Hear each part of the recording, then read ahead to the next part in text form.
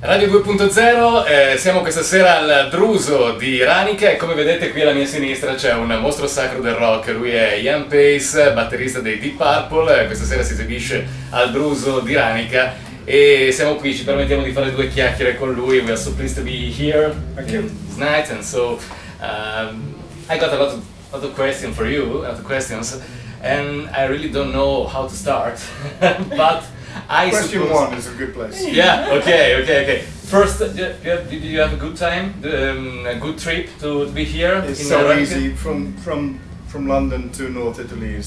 You get on the plane, you go to sleep, you get off. Oh, okay. Just 1 hour and a half? Something like this. Oh, There's no big problem. Okay. It takes me longer to drive into London. You know. Okay.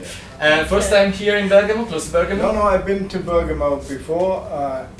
I cannot remember if whether it was Deep Purple or just doing some more of these small shows, which I need to do to allow me to keep playing. You know, it's very important that a musician plays. When I finished on the road with Deep Purple, it was November last year, and the next time I play will not be till May. So that's a long time with no stage work. Yeah. So my friends allow me to come along and to enjoy some music with them, but it helps me to keep the hands to remember what they're doing. Yeah. Okay. That's wonderful. But about your life, how old were you when you started playing drums? I got my first drum kit when I was 15, 15th birthday.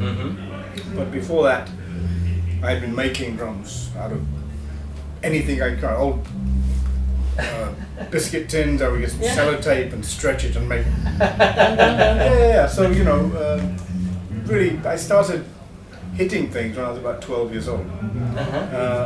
And it just, when my father saw that this was not going to stop, on my 15th birthday he bought me the first very small, very terrible drum kit.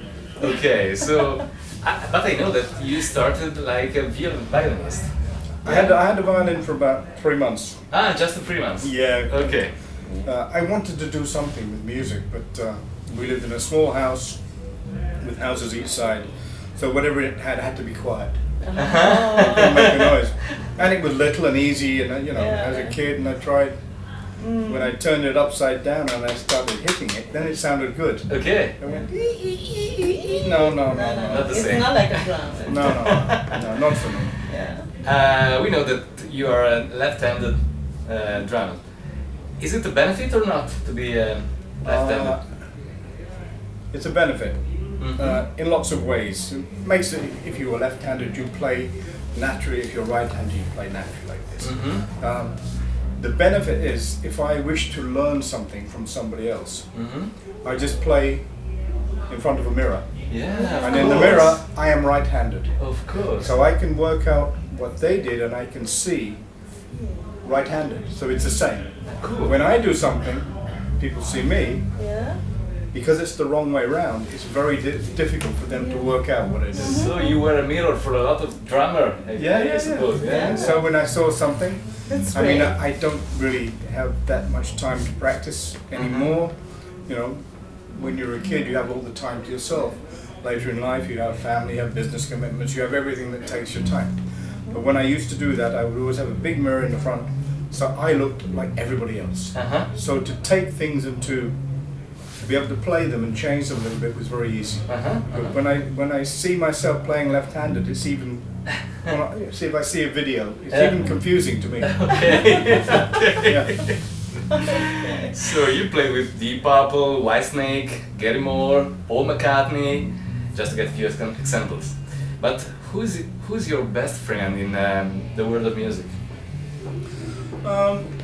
Usually, it's hard to say best friend. When you're working in a band and you're moving around the world together, this is your whole social circle. So they're all your best friends, you know. But when you're not working with them, you see other people many times in your life. So quite often they're people that you don't work with. They're people you have purely a social interaction with. And there are so many of them, it's hard to say. I mean, Carmine Appice from Vanilla Fudge is a great friend. A wonderful English rock and roll player from the 50s, Joe Brown, is a great friend. I don't work with these guys. Yeah. I socialize with these guys, Okay. and that's different. So Okay. there are so many of them. George Harrison was a great personal friend. Okay. So but we don't really work together. So you don't have that pressure of work. You know, you're just going out with a friend and having a drink or a meal or just talking. So you were friend in music. Yeah, you know, there are more things in life than just music. You know. So Okay. and when you do it for your business, for your life, it's very, very demanding and it takes a lot of time. And when you finish, you get a time off. You don't want to talk about music. You'll talk about anything. You'll talk about football. Yeah. You'll talk about beer. You'll talk about ladies. You'll Ladies. talk about cars. Yeah, of course. You know, you don't talk about music. You know. So we speak too much about radio. So, Okay. There you go. Because okay, well, we work in a radio Yeah. all together, and like you. When you we finish are- work, we, Yeah, we have we to. are not. We are like a family, Yeah, maybe. yeah. Okay, but when we finish the work, not at all. Yeah. Football, Yeah, all yeah. ladies, just. yeah. Yeah, you know what I mean. It's just Yeah. you talk about everything else. Yeah. Yeah, what's the best moment you remember about your career? I think it was the important thing was I realized that whatever it was I was doing behind a drum kit, people were watching and they were taking note and they were remembering me. Now that's once you understand that that's happening, that's quite a shift in your belief in yourself. You know, if you are a great singer, even if you're a kid, if you have that sound in your voice, this sound is unique to you, and if it's good, you will be remembered because nobody sounds like you. An instrumentalist is not the same thing. You are relying on something physical to create your sound. You know, it may be a guitar which will sound totally, well, it won't be unique, but it'll be different. You could tell when it was Brian May from Queen playing because he had that sound. You could tell when Hendrix he had that sound. So there is small differences. The drum kit is not a very personal thing, you know. So if you can do something behind that and allow your personality to come through and people connect with it, and they enjoy what you do and they remember the drummer.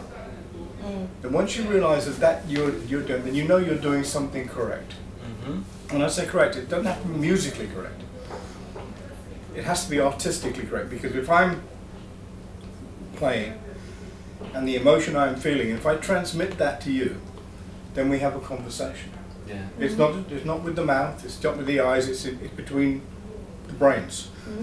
I'm doing something, you're understanding it. That's how music must work. But for that to happen through a drum kit is unusual. There are so many bands with great drummers, but nobody knows who they are because there's something missing. There is that personal connection, and it's not about the music. It's about, can I tell you how I'm feeling? Yeah. If I can do that, Yeah. then you're interested in who I am.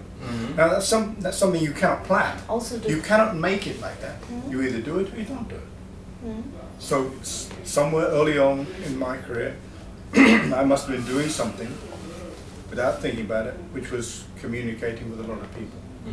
So, you know, I'm lucky that they sort of remember who I am. Yeah, but Okay. I think that it's because the drum take the riff, the communication is so deep Oh yeah, inside. it's in a primal. person. It's Yeah. from before we stood upright, when we were still Yeah. walking around like Yeah, this. yeah, You know? Yeah. You know, the first instrument was a drum. Yeah. The first instrument was some guy going like this. So for us, it's back in our genetics, the understanding of rhythm. Before there were notes and melodies, there was rhythm. So it is a very, very basic thing to us all. Yeah. And if I can communicate that rhythm to you, Yeah, it's a great. and you understand it, Yeah, then we are talking. yeah. You can have two drummers, same drums, play the same piece of music. one would be going, and you'd be going. The other guy would do exactly the same thing, and you'll be going like this. And you don't know why the difference is. But that's the magic. There is a difference. Yeah. One is talking to you, and you understand. One is talking to you in a foreign language, and you don't understand. È fantastica questa cosa. Speaking about the musician playing with you this night, of course, did you choose every one of them, and most of them are Italian? How did you know them? Over the years, I've been doing these little shows, as I say, just to have the ability to keep being on stage and to enable me to keep playing as well as I can. And through those periods, you find and you meet the guys who are a little bit better, you know? And if you're lucky enough, you've had a night like tonight where you get 3 or 4 of those guys together who are a little bit better. Okay. And then you have a nice band. But quite honestly, I do very little for this. I accept the chance to play with these guys, but I leave all the organisation up to them. You know, basically, it's their gig, and I'm the guest, even if it says Ian Paice on the front. These guys work together all the time. They know each other, and I have to fit in with them. Okay. You know, and that's the way it has to be. You know. Okay. Avanti. Avanti. Oh, wonderful. So we have a beer. Dinner is ready. Okay, we're nearly finished. Dinner is ready, so Just say hi. Yeah. So the last one. You never see me without a beer. Yeah. Just like to do another question, Sure. just another more question. How is your life? Your daily life outside the stage? Very, very ordinary, and I want it to be that way. I have friends who live being the rock and roll star 24 hours a day, 7 days a week, 52 weeks a year, and eventually they all go crazy because it's not real. The only time it's real is when you're on that stage. The rest of it, you have to do some things. You have to do these things. But when you finish work, you must be able to shut the door and turn it off. You know, it's like a grown-up Disneyland. You know, you can be there for a little while and it's fantastic. But you cannot stay there forever. You cannot stay there forever because you do go mad. You know, you start thinking that people are this big and things can fly. You know, you start going mad. So, although the job is extraordinary, going on stage is extraordinary. You know, it's not the normal thing people do, but it doesn't make you don't have to be an extraordinary person to do an extraordinary job. You know, so once you understand that the work is finished, and for me to be able to keep on doing this for the 50-something year, I can switch it off and just forget about it.